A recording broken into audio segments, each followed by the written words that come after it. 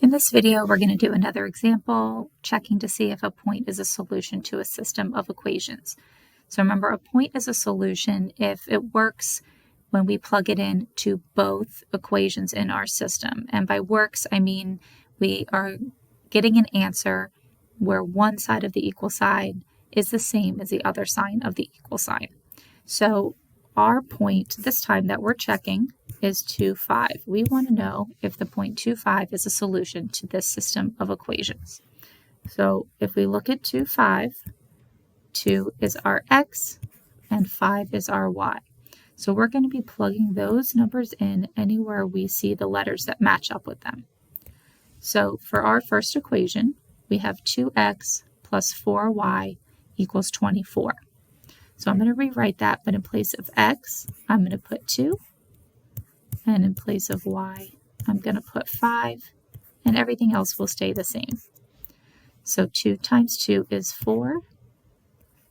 And 4 times 5 is 20 equals 24. 4 plus 20 is 24. So 24 does equal 24, so this one works. 2, 5 is a solution to that equation. So halfway there, so far so good. It works for our first one. Let's see if it works for our second one. So our second equation is 6x minus 2y equals 13. So again, I'm going to rewrite that equation, but instead of x, I'm going to put 2.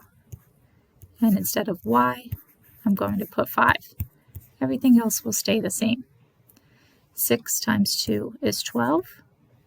We've got a negative 2 times 5. That gets us negative 10, so we would write it as minus 10 equals 13. 12 minus 10 is 2. So we get 2 equals 13.